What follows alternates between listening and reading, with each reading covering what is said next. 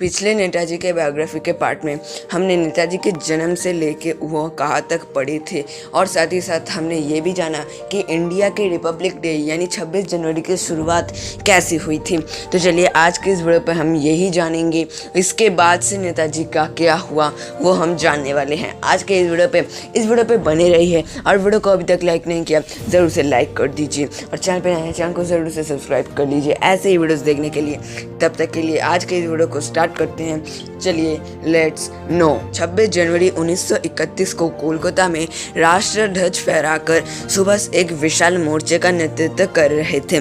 तभी पुलिस ने उन पर लाठी चलाई और उन्हें घायल कर जेल भेज दिया। जब सुभाष जेल में तब गांधी जी ने अंग्रेज सरकार से समझौता किया और सब कैदियों को रिहा करवा दिया, लेकिन अंग्रेज सरकार ने भगत सिंह जैसे क्रांतिकारियों को रिहा करने से साफ इनकार कर दिया। सुभाष चाहते थे कि इस विषय पर गांधी जी अंग्रेज सरकार के साथ किया समझौता तोड़ दें, लेकिन गांधी जी अपनी ओर से दिया गया वचन तोड़ने को राजी नहीं थे, यानी नाराज थे।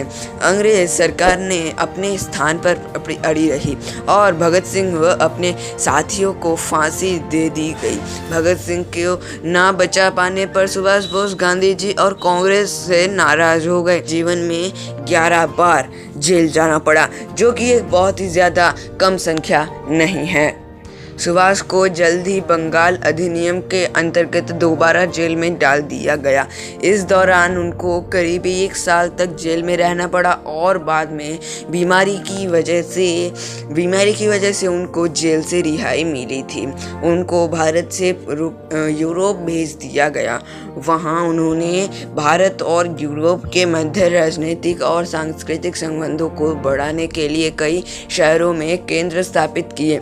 उनके भारत आपने आने पर पाबंदी होने बावजूद वो भारत आए और परिणामतः उन्हें 1 साल के लिए जेल जाना पड़ा। उनको 1 साल के लिए जेल। 1937 के चुनावों के बाद कांग्रेस पार्टी 7 राज्यों में सत्ता में आई और इसके बाद सुभाष को रिहा कर दिया गया। इसके कुछ समय बाद सुभाष कांग्रेस की हरिपुर अधिवेशन जो कि 1938 में अध्यक्ष चुने गए। अपने कार्यकाल के दौरान सुभाष ने राष्ट्रीय योजना समिति का गठन किया। 1939 के त्रिपुरी अधिवेशन में सुभाष को दोबारा अध्यक्ष चुना लिया गया।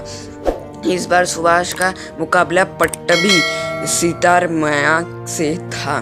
सीतारमैया को गांधी जी का पूर्ण समर्थन प्राप्त था। फिर 203 मतों से सुभाष चुनाव जीत गए। फिर भी अभी आप देख सकते हो कि सुभाष चंद्र बोस कितने ज़्यादा महान आदमी थे, लेकिन गांधी जी ने पट्टभी सीतारमैया की हार को अपनी हार बताकर अपने साथियों से कह दिया कि अगर वो सुभाष के तरीकों से सहमत नहीं है तो वो कांग्रेस से हट सकते हैं। इसके बाद कांग्रेस कार्यकारिणी के 14 में से 12 सदस्यों ने इस्तीफा दे दिया। जवाहरलाल नेहरू तटस्थ बने रहे और अकेले शरद बाबू सुभाष के साथ रहे। तो इस बार के लिए इतना ही। तो अगर आपको आगे और भी जानना है तो हमारे चैनल को सब्सक्राइब करके बेल आइकन ज़रूर से प्रेस कर दीजिए। अगली बार ना आ सके उसके अगली बार ज़रूर आएगा हमारा तीसरा पार्ट इस बायोग्राफी का। अगली बार भी आ सकता है, तो हमारे साथ बने रहिए और हमारे वीडियोस देखते रहिए। तो मिलते हैं अगले किसी ऐसे ही वीडियो पे और सुभाष चंद्र बोस की पूरी बायोग्राफी में बता के ही जाऊँगा।